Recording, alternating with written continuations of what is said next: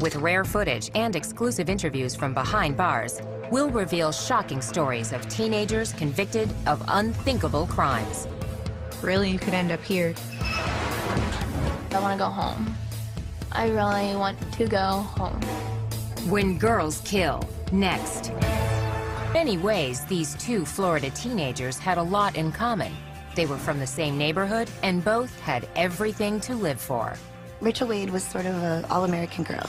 Sarah was a good kid. She had the whole world ahead of her. But 19-year-old Rachel Wade and 18-year-old Sarah Ludman wanted the same boy, and their love triangle spiraled out of control. Now your ass is mine, and I'm guaranteeing you I'm no murder you. I'm letting you know that now. In an exclusive interview, Rachel Wade relives the shocking outcome. I wish we could go back, and instead of going against each other, maybe sitting down and talking through and just understanding that we didn't need him. Rachel Wade grew up an average kid from a stable family. Rachel was actually a fun-loving child, very happy-go-lucky. I was very active in school, did whatever I could, whatever clubs I could join. Like a lot of little girls, Rachel rebelled when she hit her teens. As soon as I got to about 15 or so, I started kind of veering off in the wrong direction. Rachel dropped out of school, ignored her curfew, and fought with her parents. Boys became her biggest interest, and she was chasing different boys. I don't think they were always the best boys to be with. We went through some tough times with her. But as she turned 18, Rachel earned her GED and landed a job as a waitress. She moved out of her parents' home and began to find herself. And I kind of went on my own path. Rachel was fun, loud, girly, you know, sassy. She was a very independent woman, very strong-willed, kind of took the bull by the horns and took control of her own life. In the summer of 2008, Rachel ran into a boy she had known since childhood.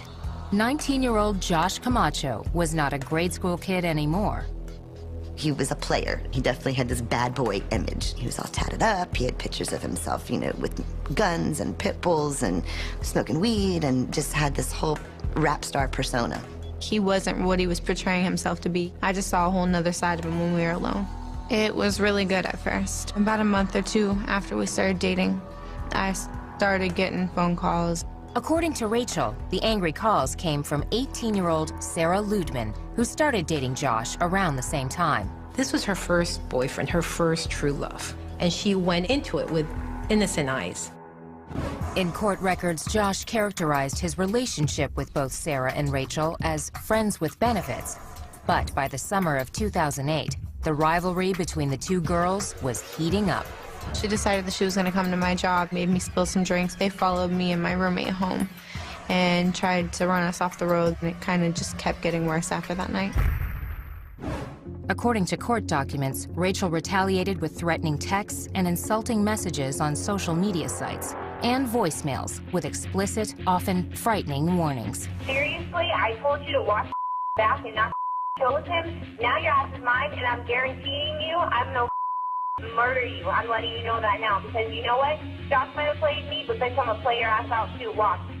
It just got really acrimonious. Sarah was so upset by those messages. That's, you know, what both of the girls had in their heads. Well, Josh wasn't the problem, it was the other girl. Court papers state by April 14th, 2009, the situation hit the boiling point. That morning at school, Sarah had been crying to her friends, and she was completely despondent to the point that her friends were like, you need to break up with him, you need to dump that guy. Later that evening, Rachel claimed Sarah showed up at her apartment. I heard her outside beeping her horn to let me know that she was out there. I was home alone, so I wanted to leave. On her way to the door, Rachel made a fateful decision. When I went to walk out of my house, I grabbed the knife off the kitchen counter.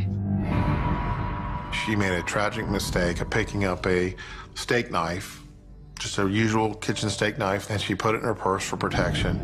Rachel decided to go to a friend's house. Sarah met up with Josh. They were watching movies and hanging out at his sister's house, but he kept texting with Rachel. Josh later told police that he actually was telling Rachel to go back to her own house.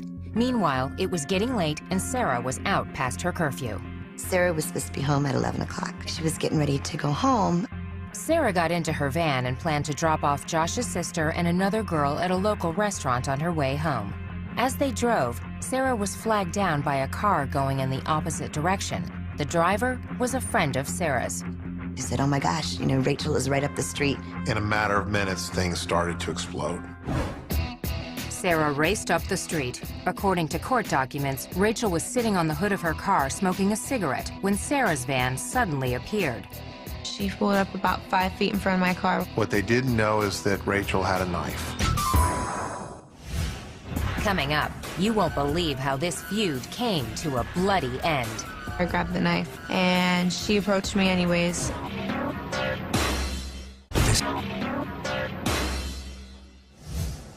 At 12:45 a.m. on April 15, 2009, after months of feuding over the same boy, it was finally showdown time between 19-year-old Rachel Wade and 18-year-old Sarah Ludman. They wanted to confront each other. According to police reports, Rachel sat on the hood of her car as Sarah drove toward her. There were 2 other girls in Sarah's van, including the sister of Josh Camacho, the boy at the center of the triangle. According to court records, Sarah came to a stop just a few feet from her rival. I grabbed the knife, thinking it might scare her off, and she approached me anyways. In court documents, witnesses disagree about who started the fight, but everyone recalls it was over quickly.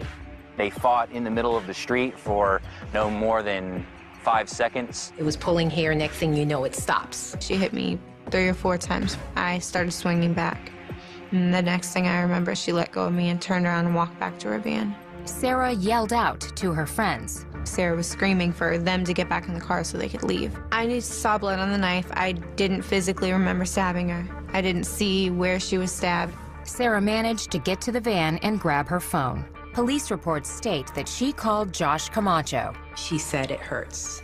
At that point, the line fell. She lost consciousness. She ended up lying in the middle of the road. Shocked witnesses dialed 911. Rachel! Stabbed her. Okay, where on the body is the patient stabbed? In the chest. She's trying to breathe. According to police records, Rachel retreated with the knife in her hand. She walked up the driveway and ultimately threw the knife up onto the neighboring residence's roof. Rachel sat on the porch of a nearby home as police and EMTs arrived. They quickly determined Sarah was stabbed twice in the chest. She had a small injury here, stab wound here. She was stabbed right in the heart. It pierced her heart. During the frantic effort to save Sarah's life, Josh Camacho received a call from his sister at the scene. Josh hurried to get there and arrived before Sarah was taken away in an ambulance. But at the hospital, she could not be saved. Sarah was pronounced dead at 2:29 a.m. Detective Mike Lynch was gathering evidence when he learned the case was now a homicide investigation. I ended up finding Rachel sitting in what used to be a bench located in front of the residence. Her demeanor was calm. I was scared, but at the same time, I didn't really know what to think or how to react. Rachel claims she was not aware Sarah was dead when she agreed to be questioned at police headquarters. I wasn't under arrest or anything, so again, I was thinking, you know, maybe it's not that bad. When I was down at the hospital, okay, I saw where she was stabbed at. She made no indication that there had been a stabbing, that there was a knife involved. The detective told Rachel exactly what happened. The next piece of information that you need to know is that she is dead. Okay, she died as a result of these stab wounds. When they told me that she had passed away at the hospital, I kind of lost it. I couldn't believe what they were telling me. The hard truth of her situation became clear when Rachel was charged with second-degree murder. Bail was set at $500,000. If convicted, the 19-year-old faced life in prison. Fact is, she stabbed her and she killed her. For second-degree murder, I didn't have to prove she intended to murder her. Sarah came looking for a fight, so it was apparent to me that this was a good self-defense case. Murder or self-defense. The lines were drawn when the trial began in July 2010. Among the witnesses called by the prosecution, Josh Camacho. His tough bad boy pose was gone. Josh cruelly maintained that he had an open relationship with both girls. When he came into court, the appearance was just a little guy. Very quiet, very soft-spoken. He says, I wasn't dating either girl. They're not my girlfriends. After these girls and their friends and their families talked about how he was their whole world and said, I was just sleeping with them. Camacho's testimony was shocking, but the prosecution's most damaging evidence came from Rachel herself. The threatening voicemails Sarah had saved. I'm gonna find you and I'm gonna beat your ass. He can get anything he wants from me. You still got your mommy and daddy's curfew, bitch. Why do you run your mouth and why are you that pathetic? So keep talking, Sarah. I'm gonna teach you it. I'm telling you now. I couldn't believe that it was me. It was out of character for me to say anything like I said to her. Please tell me, Sarah, why you would be a dumb enough put a brand new picture of you and Josh at the beach on your MySpace. I'm no murder you. I'm gonna play your ass out too. Watch. You're a fat bitch and I'm gonna kill you. If you're a prosecutor, you don't get a whole lot better evidence than that. In a risky defense move, Rachel took the witness stand and claimed she received similar messages from Sarah. It's a shame that Rachel didn't save voicemails from Sarah with threats, but she didn't. The jury deliberated less than 3 hours. We, the jury, find as follows: ask that the defendant in this case. The defendant is guilty of murder in the second degree as charged. So say we all. Michael Schwartz, foreperson of jury, July 23, 2010. In September, Rachel was back in court for sentencing, and the stakes were high. She could receive life in prison, or get credit for time served as a youthful offender and go free. Sarah's mother, Gay Ludman, wanted the maximum. This is my daughter. She lays in a cemetery. I go visit her there. The judge sentenced Rachel to serve 27 years behind bars. It's a tragedy for both sides. That's all I got to say. Justice has been served. We've lost our daughter as far as having her home with us, but she's still here for us, fortunately, to visit and look forward to someday her coming home. But Sarah's lost. You know, her parents have lost their only daughter. Both parents, I mean, they felt like they did everything they could to be good parents. They'd raised girls that they were proud of. Still, Rachel does have remorse. Not sitting down to talk to Sarah would be my biggest regret. We should have met up and we should have talked. And maybe it should have been him that we confronted. Instead of going after him, maybe walking away from him. No matter what somebody says about you or to you, it's not going to resolve anything to go out and fight him. And really, you could end up here. Up next, this Kentucky teen called herself the Devil's Daughter and unleashed hell with her group of young followers. I sought out people that had been ostracized.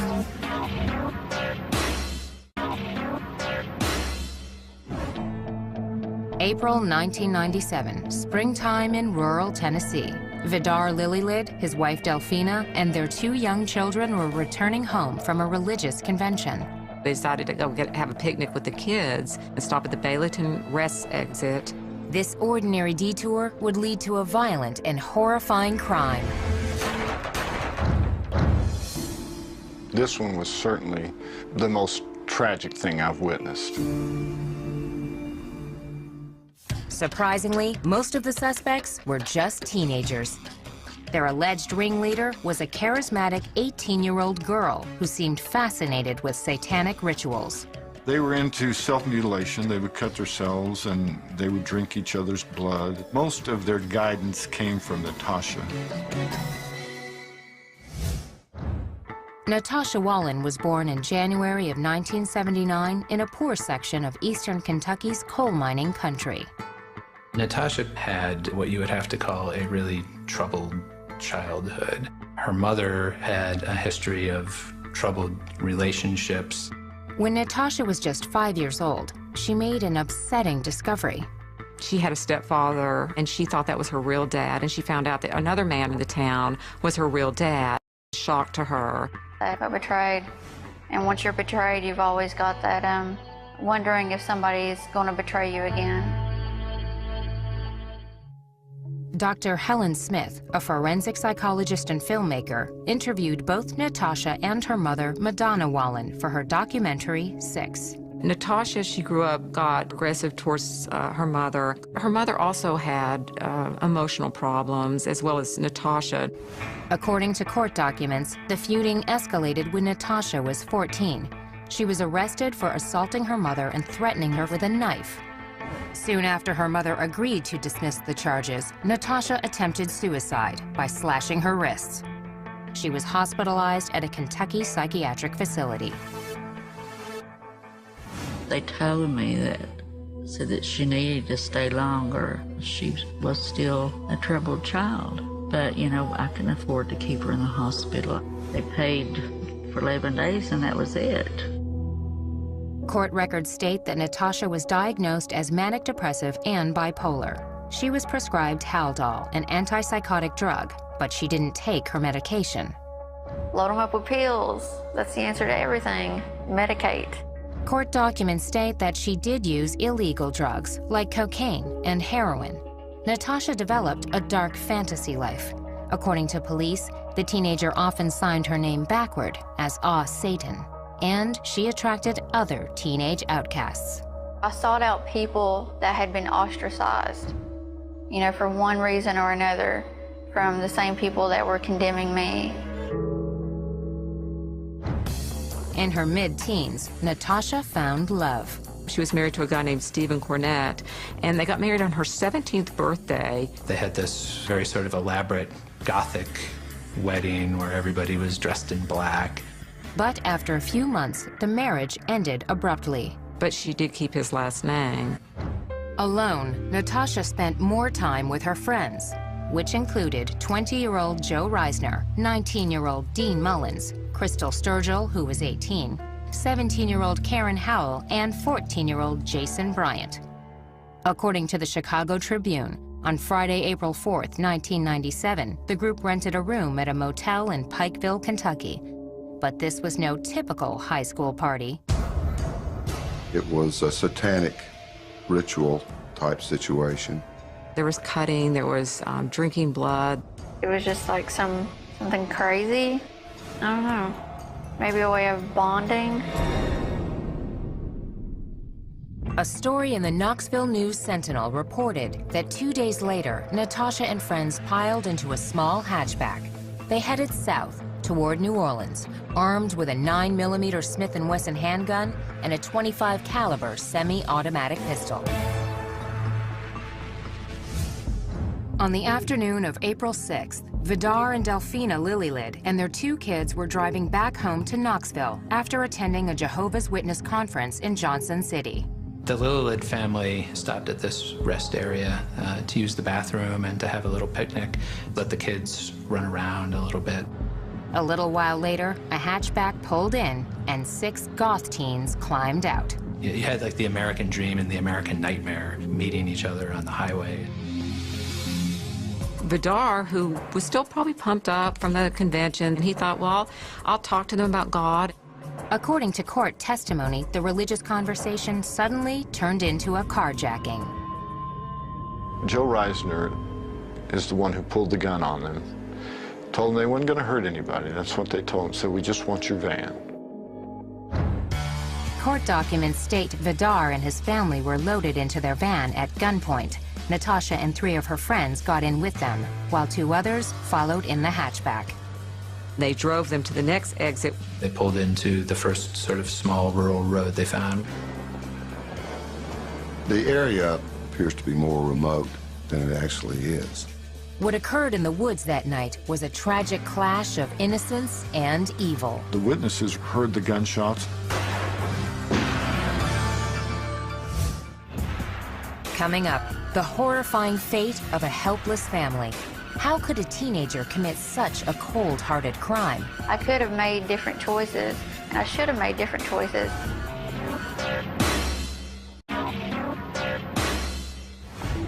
About 8:30 on the night of April 6, 1997, Natasha Cornett and her group of teen outcasts were speeding through Tennessee in a stolen van. Just a few miles away, sheriffs in Greene County responded to a reported disturbance. I received a call of a party going on up here. Might be some shooting. We've seen a little blue car sitting up the road here. The tiny hatchback was empty. I looked out my window and I seen 4 bodies laying over here. The mother and father were dead. They were laying here. and the little girl was sitting over here, and the little boy was here, Kylie, in the ditch, laying on his mama's lap. Vidar and Delphina Lilylid lay in a ditch, both dead from gunshots. Their children, 6-year-old Tabitha and 2-year-old Peter, were critically wounded, but still breathing. EMTs rushed the children to a local hospital. Officials examined the blood-soaked crime scene. The two adults, they had 2 wounds in common, bullet holes that formed perfect triangles. Somebody must have intentionally wanted to make a triangle, and they succeeded. The odd chest wounds were not the only gruesome injuries. The father was shot in the left eye. The mother also had 3 other bullet wounds. The next day, Tabitha died in the hospital. 2-year-old Peter still clung to life with gunshot wounds to his chest and right eye.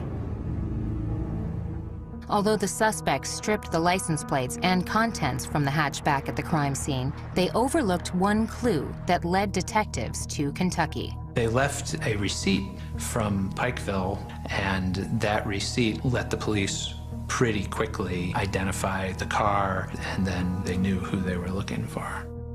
Police launched a nationwide manhunt while Natasha and her friends headed south in the Lilylids van. They felt like they needed to get out of the country. I mean, they had just murdered people. 2 days after the shootings, Natasha and the 5 other young fugitives arrived at the Mexican border near Douglas, Arizona. They were allowed to cross. They had made their way safely into Mexico. According to court testimony, sometime after entering the country, the teens encountered Mexican police. After finding a knife in the van, officers ordered the group back to the border. There was an all-points bulletin out for them. But the computers hadn't worked all day. As they approached the border crossing, the system came back online. They had the bad luck being the first car to come through that border crossing station there when the computer came back up. And they were all arrested on the spot. Police reports state the suspects had in their possession Social Security cards and other property belonging to the murder victims. They also had 2 handguns. We, of course, went to Arizona and followed up on all that and found the guns, and they were ballistically matched to the shell casings recovered at the scene and bullets recovered from the bodies. Natasha and the rest of the group were transported back to Tennessee to face formal charges. While in custody, Natasha granted an interview to newsstand tabloid The Weekly World News. Cornett boasted she was Satan's daughter. She said that she believed in ritual murder. Natasha always said afterward that she only gave that interview because that's what this lawyer told her to do, that somehow it was going to help her case to appear insane. Soon after the interview was published, Natasha changed lawyers. Cornett and her 5 co-defendants were each charged with 3 counts of first-degree murder and 1 count of attempted murder. Prosecutors hoped to seek the death penalty, but several defendants claimed that the sole shooter was their youngest accomplice, 14-year-old Jason Bryant. This presented a crucial problem. In Tennessee, juveniles cannot receive the death penalty. With the death penalty ruled out for one prime suspect, prosecutors changed their strategy. We dropped the request for a death penalty. We made them the offer that they could plead guilty to first-degree murder and go before the court to have the court determine whether or not they were to serve life without parole or life. In February 1998, all 6 defendants pled guilty. The following month, they appeared for a dramatic sentencing hearing. 4 of the accused addressed the court. Natasha testified she was no longer the leader after the group left Kentucky. Cornett even maintained she tried to stop the shooting of the Lilylid family. I failed in my attempt to stop the death of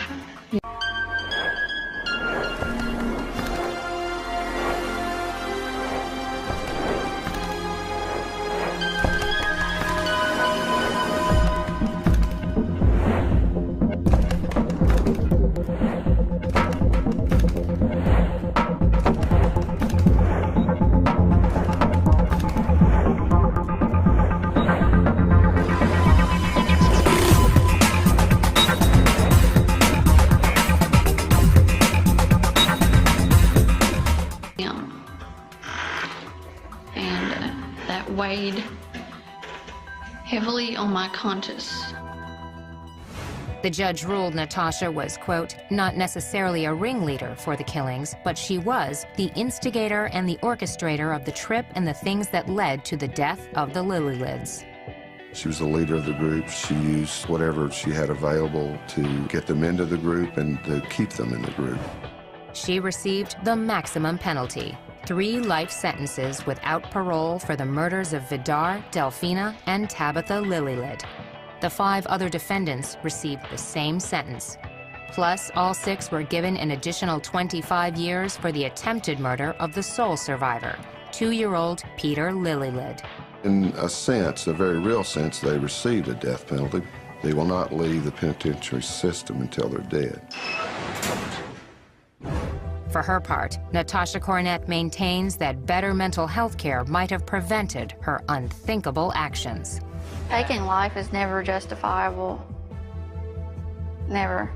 There's always options, there's always choices. And I should have made different choices, but hindsight is great, you know.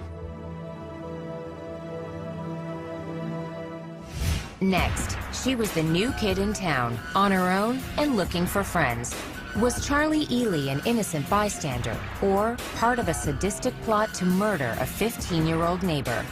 And then I heard gunshots. I was like, what the hell is going on?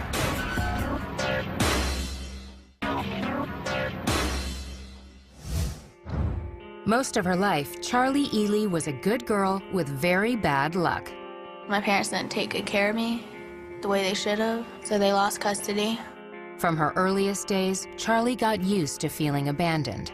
By age 18, Ely was married to a 21-year-old with a record. Only 4 months after saying I do, Charlie's home life was again torn apart. He was arrested for violating his probation and left her basically alone. As she reveals in this exclusive interview, the lonely teenager quickly found a new family and a world of trouble that ended in murder. I was one of the kids who was like, as soon as I turn 18, I'm gonna leave.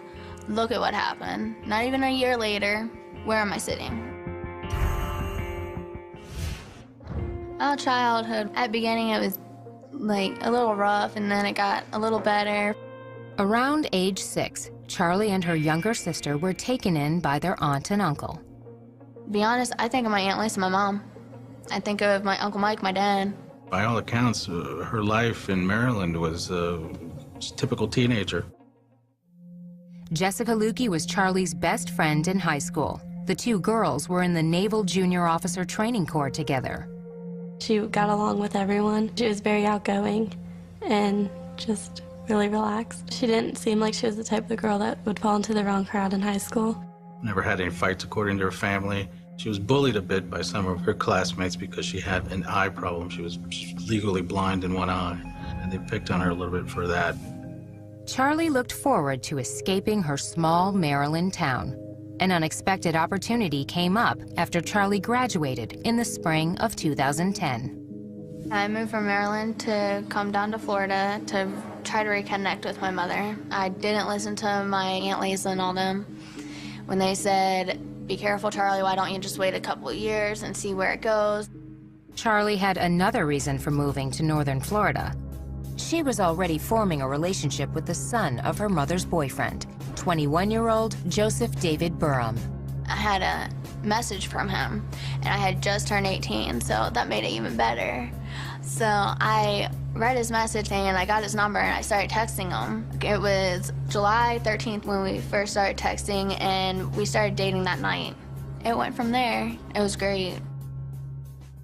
Ely arrived in Lakeland, Florida in August 2010 with the promise of a new boyfriend and reuniting with her estranged mother. As her relatives in Maryland predicted, Charlie's reunion was short-lived. Well, I dove in, was at my mom's for 2 or 3 days. I ended up being like, you know, Joe, I need to get out of this. I can't do it. Despite the disappointment about her mother, Charlie's romance with Joe Burham heated up quickly. In early September, less than 2 months after Ely moved to Florida, she married Joe, even though he had a criminal record. His conviction for lewd and lascivious sexual battery restricted where the newlyweds could live. He was on probation. He couldn't leave the county. We found a place to live, and it was actually in Summerfield, Florida, which is still Ocala. The honeymoon didn't last long. In January of 2011, Burham violated the terms of his probation and was sentenced to serve 3 years in prison. I did feel pretty vulnerable. I'm 18. Husband just got arrested. What do I do now? I barely know anybody here. On her own in an unfamiliar town, Charlie found a way to make new friends. Charlie had a house. These other kids were able to get away from their parents and sort of hang out all together without any rules, really. They just did whatever they wanted to. Charlie's home became a hangout for a tight group of local kids, including 20-year-old Justin Soto and 19-year-old Michael Bargo. My husband had told me not to hang out with Michael Bargo or Justin Soto. I didn't listen to him, and I decided that I was gonna have them live with me. Soon, Bargo's friends, 16-year-old Kyle Hooper and his 15-year-old sister Amber Wright, were also regulars at Charlie's house. According to court testimony, Amber was in the middle of a stormy breakup with her 15-year-old boyfriend, Seth Jackson. Seth Jackson originally was dating Amber. Something transpired in their relationship where they separated, and then Seth was trying to come back into the picture with Amber. During this time, Charlie and Amber became close. Ely and Amber were best friends. That friendship would be marked by violence. And then I heard gunshots. I was like, what the hell is going on? Coming up, the grisly details of a terrible death. For such a brutal crime, it was almost professional, which is scary.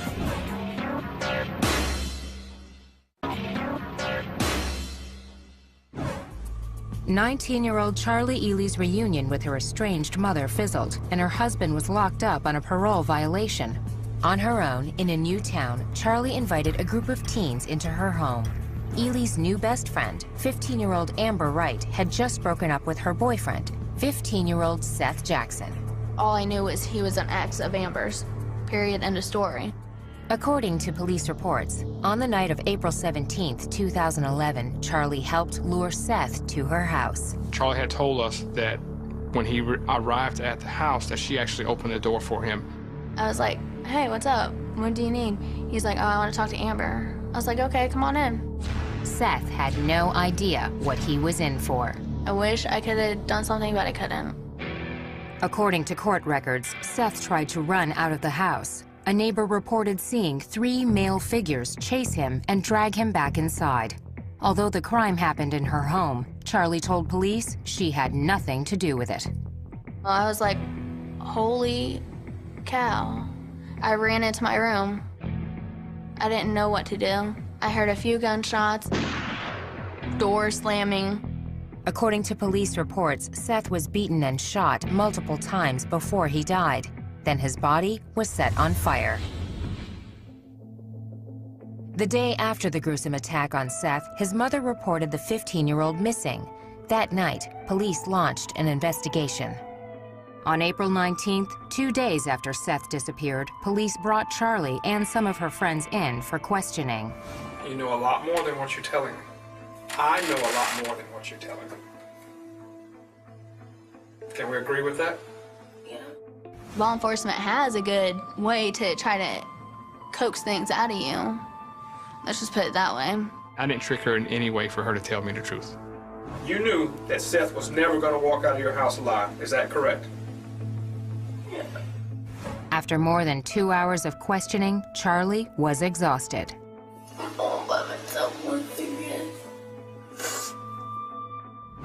The search led police to a remote lime rock pit where divers found 3 large paint buckets containing ashes and other remains. More burnt human remains were discovered in a fire pit at Charlie's home. There was very little physical evidence of what had actually occurred there. Forensic tests identified the victim as Seth Jackson. For such a brutal crime, it was almost professional, which is scary. Charlie, along with Michael Bargo, Justin Soto, Kyle Hooper, and Amber Wright, were arrested and charged with first-degree murder. All 5 pleaded not guilty. Ely's defense attorney, Jonathan Bull, requested a speedy trial for his client. Mr. Bull was thinking that it would behoove her to just go ahead and get this done, maybe catch the prosecution off guard a bit. Charlie's trial began in September 2011, 6 months after the murder. On September 23, 2011, the case went to the jury. It took a little more than an hour for jurors to reach a unanimous verdict. Charlie Ely was found guilty of first-degree murder. The only time that there was any real emotion was when the jury handed down the verdict, when she broke down and sobbed. A month later, Charlie was back in court to hear her sentence. It is the judgment of the law and the sentence of the court that you spend the remainder of your natural life confined in the Florida Department of Corrections. A life sentence is imposed. Ironically, while the 19-year-old will likely spend the rest of her days in prison, Charlie's husband, Joe Burham, is scheduled to be released in September 2012. Charlie will have to live with regret. There's so many things that rush through my head that I wish I could have done. I could have, should have, would have done, but I didn't. Amber Wright, Kyle Hooper, Michael Bargo, and Justin Soto maintain their innocence. They are currently awaiting trial for first-degree murder. Advice I'd give other young women, listen to the people who love you. I had talked to my aunt a few times, and she wanted me to come up and live with her and come back up to Maryland. I never did that. I wish I would have, because I want to go home. I really want to go home. Next, a story so strange it has to be true. The girl who said yes to her mother's murder and lived with the body for almost a month. Tess Dam was truly the mastermind and the driving force behind this.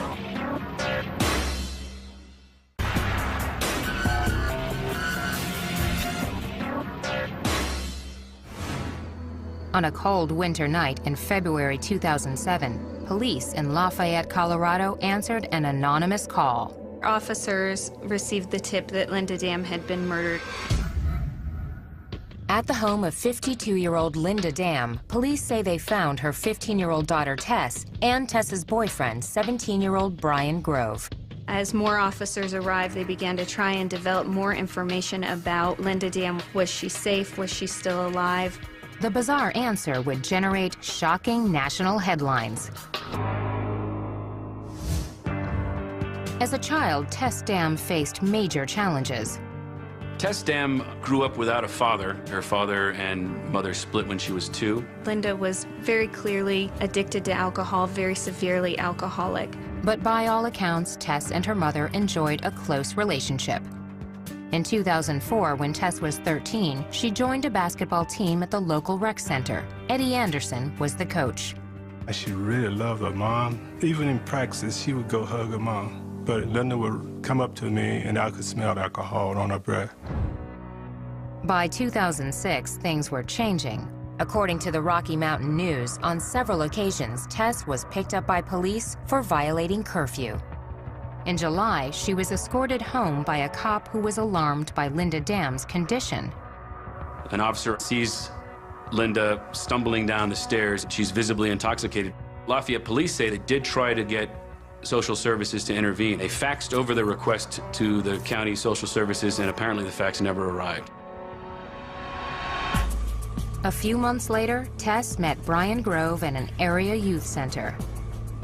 According to the Denver Post, by early 2007, Brian was living with Tess in Linda's home. But the young couple wanted a house of their own. They found a model home worth approximately $500,000, and they told their friends they wanted to kill Linda Dam to get the money to buy this house.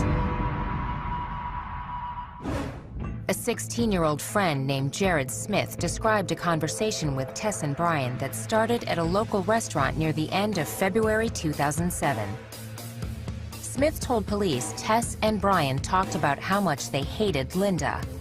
On the drive back to Linda's home, Brian allegedly asked Tess if she wanted him to take care of her mother. Tess said yes.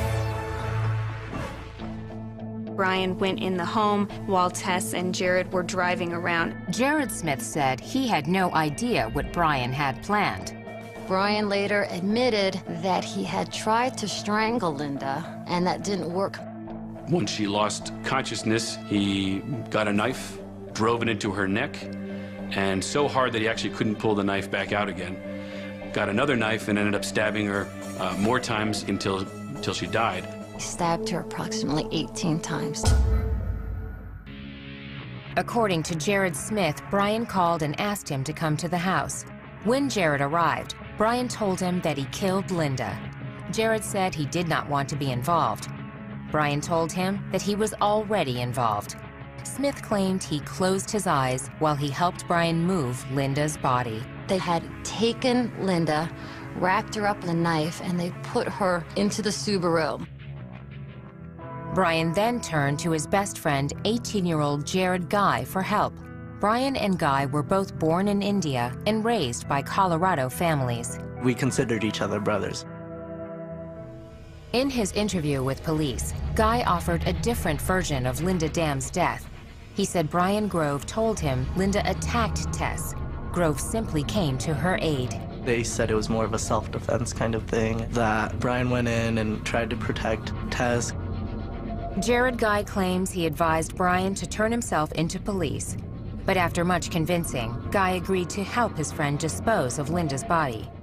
Guy told the cops they considered leaving the corpse in a landfill. Instead, they ended up at a local cemetery. The ground was frozen. Brian thought that they hadn't buried her deep enough, so he brought Jared Guy, and they both dug her back up and then drove back to the house.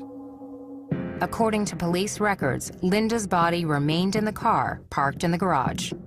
After the entire incident happened, I was just in shock, and I really just wanted to go back to the happy little life that I'd created for my own self.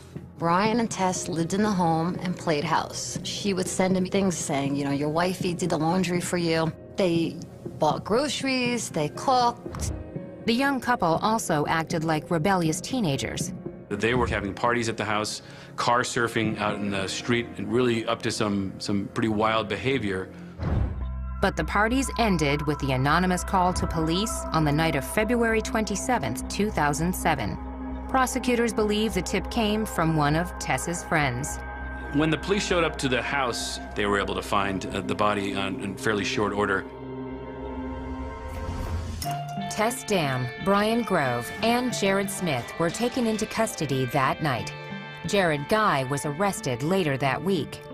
Jared Smith was charged with being an accessory to the crime and pleaded guilty. He was sentenced to serve 2 years in juvenile detention.